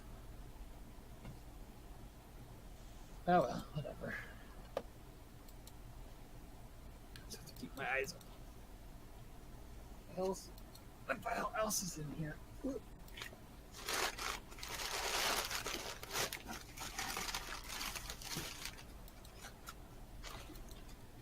And then I have Twin Star Exorcist.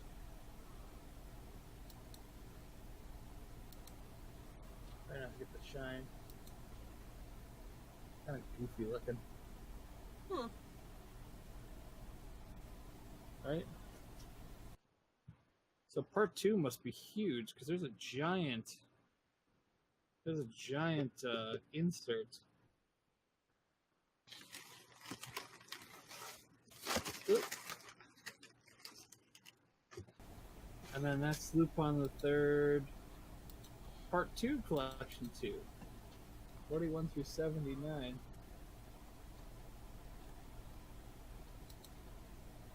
Cool. This is like the classic Lupin that I remember from being a kid. It's got my favorite line of all time. Hey Lupin, look! It's Fujiko. She's bathing on that yacht over there. Quick, chicken, in the boat!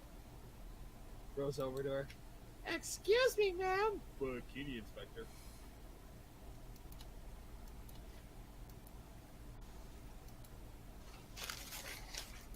Never laughed so hard my entire life at that line.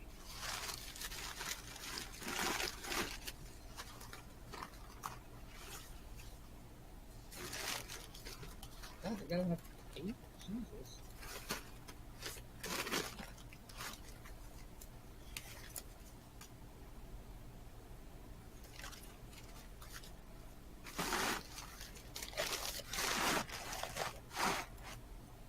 Alright.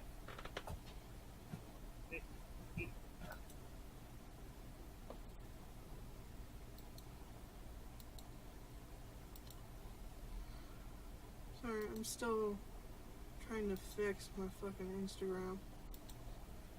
Oh no! I've unfollowed about 30 people so far. Because I have no idea who the fuck they are and how they got on there.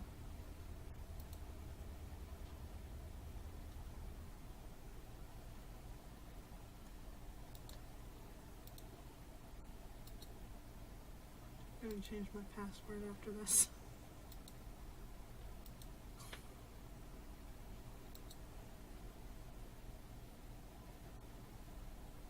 So, what's happening with your Instagram? Like, you're getting random followers? No, I'm following a bunch of people that I never followed. Ah, gotcha. No, if I had a Now bunch I'm of followers who I didn't know of, I wouldn't give a fuck about that. You're going like, what the heck?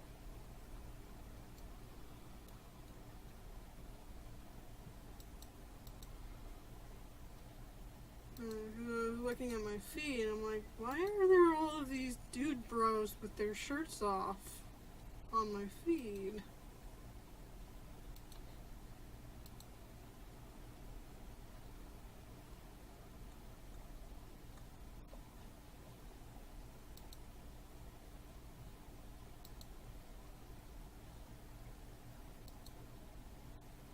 Okay, yeah.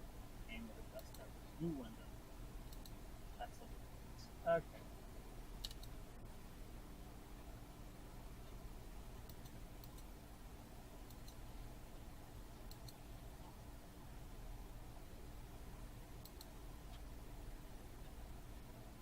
No, apparently they're re-releasing cultural cat girl Nuku Nuku. Really? Yeah, I got a pre-order in for it. It comes out later this month. Like the whole thing. All 3 seasons or series or something. We should totally watch that. Is it good? I bought it on a whim just because it looked interesting. I am totally going on memory here. That it is good. Yeah, I loved it. I missed its complete release to the point where I was looking for it, but it was so hard to find that I eventually just gave up. It's like what Galaxy Angel Rune was. It's like there's just a couple volumes that are just completely and kind of exciting. We're gonna find out tomorrow because Discotech's panel at Otacon is tomorrow morning or early afternoon, late morning. It looks like Discotech is going to license Rescue Kimagure Orange Road. Ooh. They've got a couple they twittered close-up pics of some of the things they're going to talk about that they've got licenses for, and one of them pretty clearly looks like it's a corner of the Kimagure Orange Road Japanese logo. The other one's just red, so a lot of people think it's going to be. No one's ever released Lupin the Third Part 3 in the U.S. So I think that might be. They might announce that they're going to release that. I'm hoping that they announce a movie box set of all the Lupin movies because they've got most of them.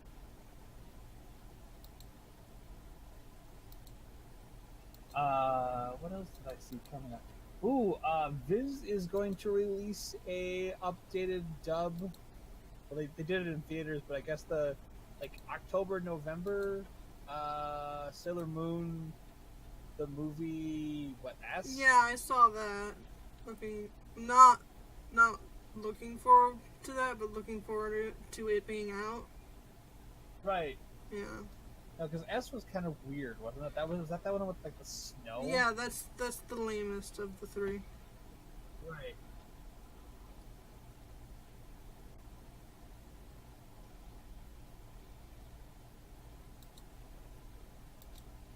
I probably should sit down and watch Card. Maybe I'll watch Clear Card after I finish DxD Season 3.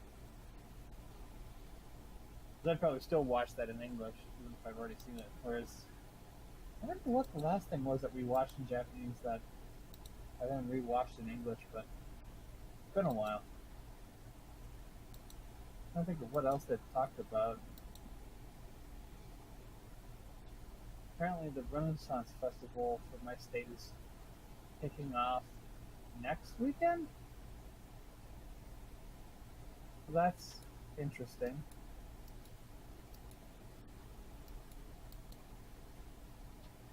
Not at some point I gotta rewatch. I need to rewatch Utsuna. And I don't think it's aged that well. As far as I haven't seen it in so long, I don't know. right, that's my problem too. It's been legitimately pretty close to 10 years. And at some point, I just like the Right Stuff Ultra box set.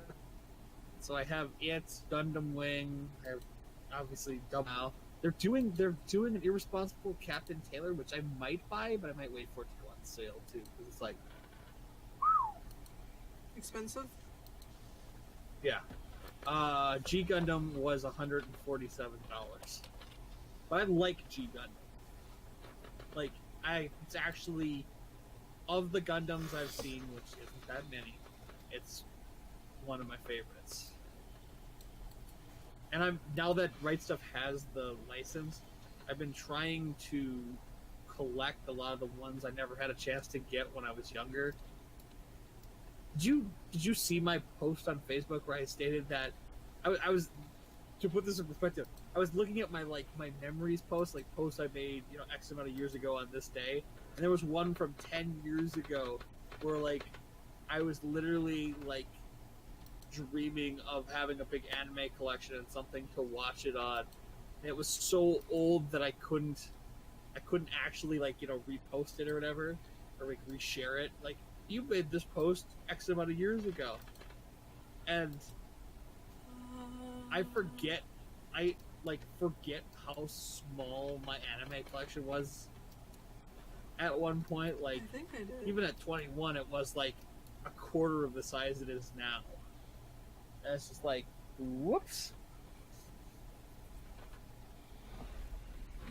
Ooh, And I'll be right back. yeah, no problem. If I can get out of my chair. Right? Oh, jeez.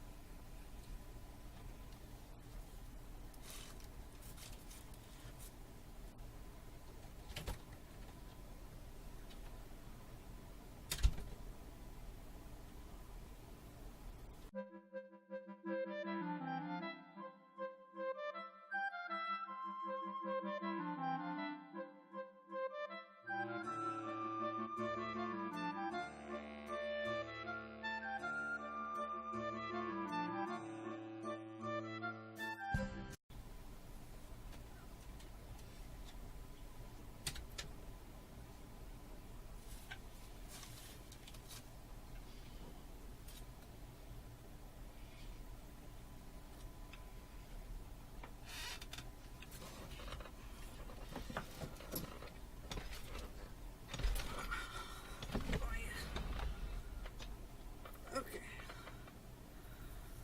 Sorry, I just had to pee. Oh, no worries.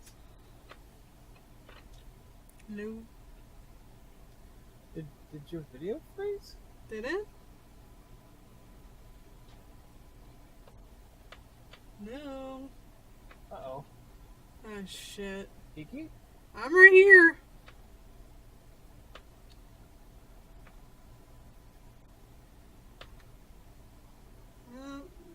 I'm moving. I can hear you. Uh-oh. Her thing crashed.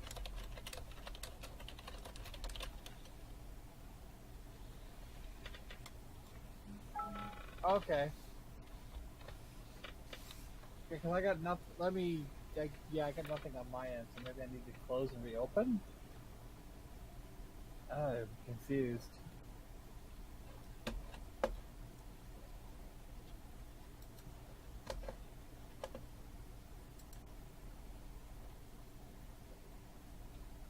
There we go.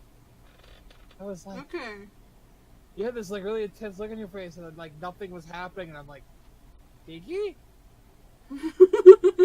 That's how we got up. I'm like, huh? Hey. I was trying to tell you that we're almost at 3 hours. We should probably.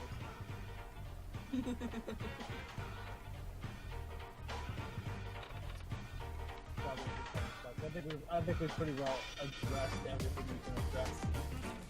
Yeah.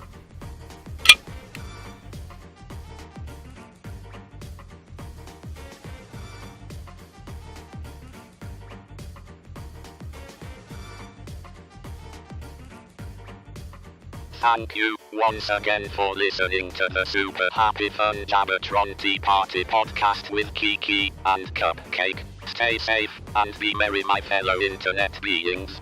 Farewell. So good night, Cupcake. Good night, Kiki.